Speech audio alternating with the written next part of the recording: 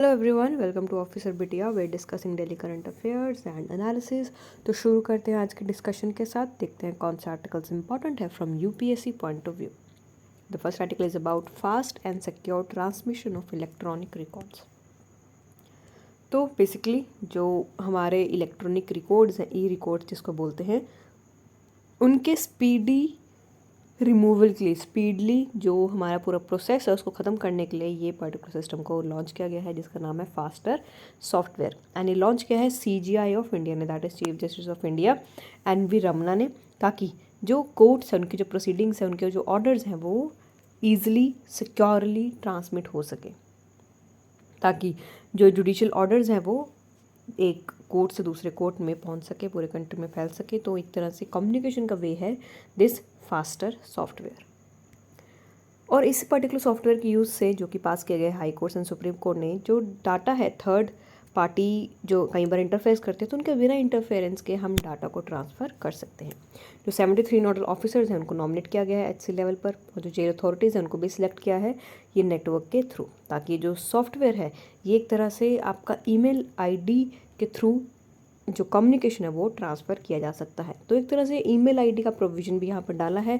So in case if you have to transfer data through email, so that is also been established. Uses देखते हैं software का क्या काम आ सकता है। जो बेल ऑर्डर्स होंगे वो कम्युनिकेट होंगे through faster and authentication process से, एंड जो डिजिटल सिग्नेचर्स होंगे नोडल ऑफिसर्स के, चाहे वो सुप्रीम कोर्ट हो या फिर इंस्टीट्यूशनलाइज डिजिटल सिग्नेचर्स हो, वो भी कर सकेंगे। इसलिए क्या होगा, जो हमारा मैनुअल पेपर वर्क होता था, इतना ज़्यादा टाइम लगता था, वो कम हो जाएगा। बेल ऑर्डर जो रिसीव होते थे कंसर्न पार्टीज के, वो भी यहाँ पर एक्शन टेक किया जाएगा। जो कम्युनिकेशन है वो भी रिस्ट्रिक्ट हो जाएगी होल्डर्स ऑफ ईमेल के लिए, इसलिए जो सेफ्टी है, कॉन्फिडेंशियलिटी है या सिक्योरिटी है, वो भी आपको मिल जाएगी। तो यहाँ पर एक तरह से सिक्योर सिस्टम इस्टेब्लिश करने की बात की जा रही है, जहाँ पर paper work, manual work reduce हो जाएगा। एंड इसलिए 1887 ईमेल आईडीज़ नोडल ऑफिसर्स की सिलेक्ट की गई है, जिनको कनेक्ट भी कर दिया गया है। So this is about faster software. अब देखते हैं कि क्यों ज़रूरत है, क्योंकि काफ़ी सारे जब बेल ऑर्डर्स पास होते थे, तब जो इनमेट्स थे उनको रिलीज़ नहीं किया जाता था प्रिजन अथॉरिटीज़ के द्वारा, क्योंकि जो प्रोसीजर था इस पर्टिकुलर चीज़ के लिए, जैसे हार्ड कॉपीज़ बनानी होती थी बेल ऑर्डर्स के लिए, वो लेट पहुंचते थे, जिस वजह से जो बेल है वो हो ही नहीं पाती थी। तो इसलिए जो सॉफ्टवेयर है ये इम्प्लीमेंट किया गया है आर्टिकल 21 को ध्यान में रखकर, राइट टू लाइफ को, ताकि जो बेल ऑर्डर्स हैं वो टाइम पर पहुंच सके और बेल टाइम से हो सके, क्योंकि ये प्रिजनर्स का राइट है to get bail on time. तो अगर यूपीएससी क्वेश्चन पूछ रही है कि जो फास्टर सॉफ्टवेयर है किस आर्टिकल, किस फंडामेंटल राइट को प्रोवोक करता है, तो ये आपका आर्टिकल 21 आएगा। इन यूपीएससी ऐसे ही टेढ़े क्वेश्चन पूछेगा तो आपको ये ध्यान में रखना है, क्योंकि ये हमें आर्टिकल 19 में भी लग सकता है, जहाँ पर हमारा राइट है freedom of speech and expression करना, आर्टिकल 21 में भी हो सकता है। तो हमें इस चीज़ के बारे में ध्यान रखना होगा कि ये कौन से आर्टिकल की हम यहाँ पर बात कर रहे हैं। Next is about changes in AFSPA. तो जो सेंट्रल गवर्नमेंट है उन्होंने अनाउंस किया है कि जो आर्म्ड फोर्सेस एक्ट है, जो कि आफ्स्पा एक्ट है, उसका जो एरिया है उसको कम करना चाहिए। जो स्टेट्स इम्पैक्ट हो रहे हैं these are Assam, Nagaland, Arunachal Pradesh and Manipur. जो 1958 का दौर था तब आफ्स्पा को इनेक्ट किया गया था, ताकि वहाँ पर जो लॉ एंड ऑर्डर सिचुएशन ख़राब होती थी, जो वहाँ पर माओइस्ट टेंडेंसीज रहती थी, उनको अंडर कंट्रोल में लाने के लिए आफ्स्पा को लेकर आया गया था। तो इसी पर्टिकुलर लॉ के अंडर जो आर्म्ड फोर्सेस हैं उनको अलाउ किया जाता है कि अगर ज़रूरत पड़े तो वो पब्लिक ऑर्डर को मेंटेन करे स्टेट्स में जहाँ पर आफ्स्पा एप्लीकेबल रहे। इस पर्टिकुलर केस में क्या होता है, जो आर्म्ड फोर्सेस हैं वो किसी की डेथ भी ले सकते हैं, स्ट्रक्चर्स को डिस्ट्रॉय कर सकते हैं, या कहीं भी चीज़ के पीछे छुप सकते हैं, ट्रेनिंग कैंप लगा सकते हैं, लॉन्च पैड लगा सकते हैं, एंड किसी को भी अरेस्ट कर सकते हैं बिना इनको वारंट जारी किए। तो ये पावर्स आफ्स्पा के अंडर आर्मी पर्सनल्स को दिया जाता है, जिसका बहुत ज़्यादा मिसयूज़ भी किया जा रहा है, बहुत ज़्यादा मिसयूज़ हो रहा है, जिसकी वजह से जो ह्यूमन राइट्स वायलेशन है वो भी हुए हैं। तो इसलिए गवर्नमेंट कोशिश कर रही है कि यहाँ पर पीस इस्टेब्लिश किया जाए और ये जो ह्यूमन राइट वायलेशन है ये कम हो सके, और जो मेजर अथॉरिटी है जो यहाँ पर आर्मी को बनाया हुआ है वो डायरेक्टली अब सेंट्रल गवर्नमेंट या स्टेट गवर्नमेंट्स के अंडर आ जाए। तो असम में बात करते हैं, असम की 26 डिस्ट्रिक्ट्स से आफ्स्पा को रिमूव किया जाएगा, लेकिन एक डिस्ट्रिक्ट में पार्शली लगाया जाएगा। मणिपुर में जो 15 पुलिस स्टेशन है 6 डिस्ट्रिक्ट के, यहाँ से आफ्स्पा को रिमूव किया जा रहा है। अरुणाचल प्रदेश में भी 3 डिस्ट्रिक्ट्स हैं जहाँ पर एप्लीकेबल है एंड जहाँ पर 2 पुलिस स्टेशंस भी इंक्लूडेड हैं। नागालैंड में 15 पुलिस स्टेशन है 7 डिस्ट्रिक्ट्स के, जहाँ से हटाया जाएगा।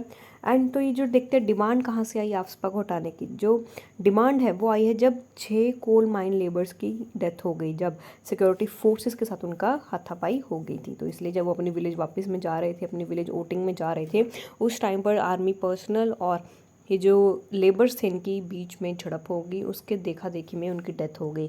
तो इसी वजह से ये एक्ट दोबारा सामने आता है कि हमें आफ्सपा को हटा ही देना है।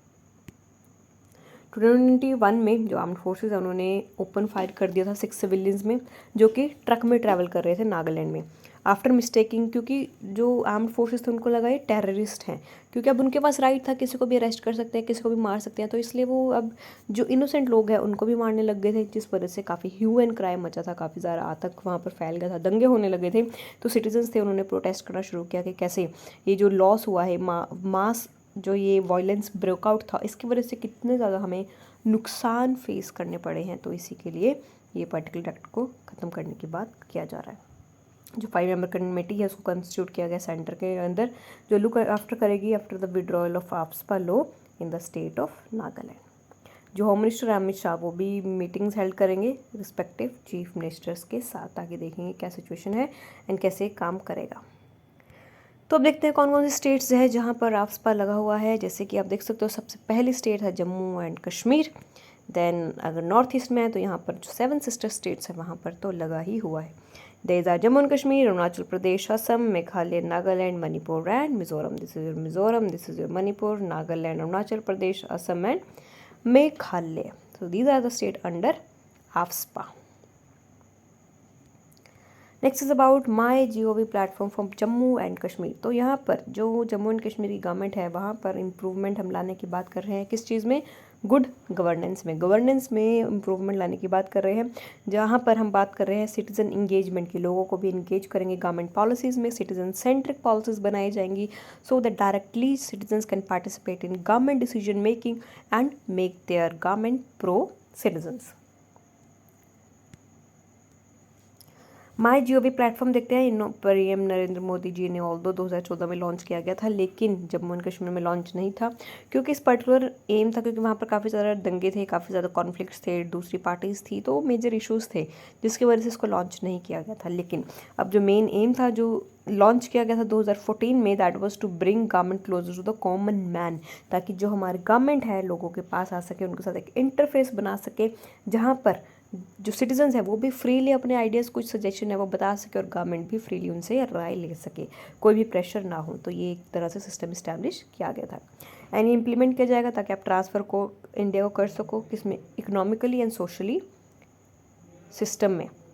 और अभी अगर हम बात करें तो यहाँ पर हमारे पास 2.29 करोड़ रजिस्टर्ड यूजर्स हैं जो कि गवर्नमेंट को अच्छे एडवाइस प्रोवाइड कर रहे हैं, जिनको हम माई GOV साथी से बोलते हैं, जो गवर्नमेंट के साथ सजेशन शेयर करते हैं, आइडियाज़ प्रोवाइड करते हैं, क्विजेज प्लेजेस कंटेस्ट में भी पार्टिसिपेट कर रहे हैं। जो गवर्नमेंट है वो इस तरह से पॉजिटिव यूज़ कर रहे हैं, कंट्रीब्यूट भी कर रहे हैं कि कैसे हमें एक तरह से ऐसा स्ट्रक्चर बनाना है जहाँ पर पूरी नेशन को हेल्पफुल हो।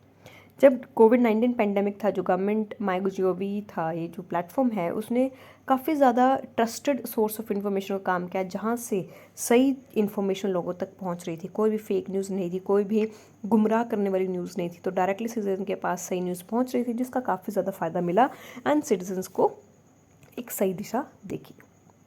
तो देखते हैं कौन से स्टेट्स में माई GOV इम्प्लीमेंटेड है। तो जो हमारी 15 स्टेट्स हैं वहाँ पर इम्प्लीमेंटेड है ये। Maharashtra, Haryana, MP, Assam, Arunachal Pradesh, Manipur, Chhattisgarh, Tripura, Nagaland, Jharkhand, Uttarakhand, Himachal Pradesh, Tamil Nadu, Goa and Uttar Pradesh. और जो my GOV Jammu and Kashmir 16th implementation बन जाएगी in the state of UT। And ये पहली UT बनेगी जहाँ पर माई GOV प्लेटफॉर्म को लॉन्च किया जा रहा है। So this is the important information. Now next is about state of world population report. अब एक रिपोर्ट आई है, UNFPA ने निकाली है, that is United nation population fund. इन्होंने पब्लिश की है state of world population report and ये हर साल रिपोर्ट निकालते हैं। जो 2022 का वर्जन है वो भी रिलीज़ हुआ है। देखते हैं क्या फाइंडिंग्स है। हमारी पॉपुलेशन बढ़ी ही होगी। इंडिया ने अभी 2027 तक चाइना को क्रॉस आउट कर देना है, सबसे लार्जेस्ट वर्ल्ड पॉपुलेटेड कंट्री जो बन के दिखाना है। तो हम इतनी तरक्की से पॉपुलेशन बढ़ा रहे हैं, कोई फैमिली प्लानिंग नहीं कर रहे हैं, जिसकी वजह से इतने सारे इश्यूज अब हमें ही फेस करने पड़ेंगे। तो टाइटल देखते हैं इस पर्टिकुलर रिपोर्ट का, क्या थीम था। Seeing the unseeing, the case of action in the neglected crisis of unintended pregnancy, कि जहाँ पर आपको अनवांटेड प्रेगनेंसी जिसको बोलते हैं उसकी वजह से ही ये बहुत ज़्यादा अनसीन रहता है, हम इसको ट्रैक नहीं करते, हमें लगता है कि ठीक है, बट इसकी वजह से ही पॉपुलेशन बहुत ज़्यादा बढ़ती जा रही है, and that is why that was the main theme of this particular report. ये फाइंडिंग्स देखते हैं रिलेटेड टू अनइंटेंडेड प्रेगनेंसी। तो 2015 से 2019 के बीच में यहाँ पर राइज हुआ है अनइंटेंडेड प्रेगनेंसीज का, जो कि 1 to 1 मिलियन रहा है पूरे वर्ल्ड में। यहाँ पर है लैक ऑफ कॉन्ट्रासेप्शन, यहाँ पर लोग मॉडर्न एंड सेफ मेथड जो होते हैं कॉन्ट्रासेप्शंस के द ग्लोब, अगर हम पूरे वर्ल्ड की बात करें तो 257 मिलियन वुमेन्स हैं वो जो कोई भी मेथड यूज़ नहीं कर रहे हैं ताकि प्रेगनेंसी को अवॉइड किया जा सके। एंड अगर हम पहले 12 मंथ की बात करें कोविड-19 में, यहाँ पर डिसरप्शंस रहा है कॉन्ट्रासेप्टिव स्लाइस में, क्योंकि जो 1.4 मिलियन अनइंटेंडेड प्रेगनेंसीज वो इसी में रिपोर्ट किया गया है।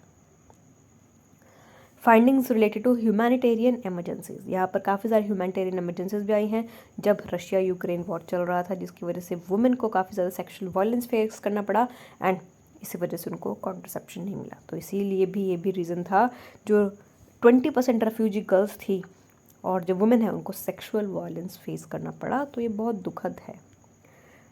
तो इस तरीके से हमारी कॉन्ट्रासेप्शन की ज़रूरत तो है, बट हम यूज़ नहीं करते हैं क्योंकि हमें नॉलेज ही नहीं है, हमें अवेयरनेस नहीं है, एंड जब तक नॉलेज अवेयरनेस नहीं आएगी तब तक हम कैसे खुद को तरक्की करेंगे, कैसे हम खुद का भविष्य सुधारेंगे। देश का तो बाद में सुधरेगा, पहले हम अपने बारे में सोचें। अगर आपने देखो माइग्रेंट जो लेबर क्लास होती है उनके 4-5-6 बच्चे होते हैं because they don't use contraceptives. उनको लगता है जितने ज़्यादा हाथ उतने ज़्यादा मनी, उतने ज़्यादा wages they will get, but ऐसा नहीं होता। उतना ही ज़्यादा प्रेशर बनता है सोसाइटी के ऊपर, उतनी ज़्यादा खर्चा बढ़ता है ह्यूमन रिसोर्स पर, तो बढ़ेगा ही। जो रिसोर्सेज है, नेचुरल रिसोर्सेज है, मैन मेड रिसोर्सेज है, उनके ऊपर भी बढ़ेगा। तो एक तरह से वो पॉपुलेशन को तो बढ़ा रहे हैं और प्रेशर भी क्रिएट कर रहे हैं। अब देखते हैं यूनाइटेड नेशन पॉपुलेशन फंड के बारे में। इसको 1967 में इस्टेब्लिश किया गया था। ये एक तरह से यूनाइटेड की नेशन की एजेंसी है as a reproductive and sexual health agency. 1969 में काम में आना शुरू कर दिया था, एंड ये सब्सिडरी एक्ट कर रही थी यूएन जनरल असेंबली के अंदर।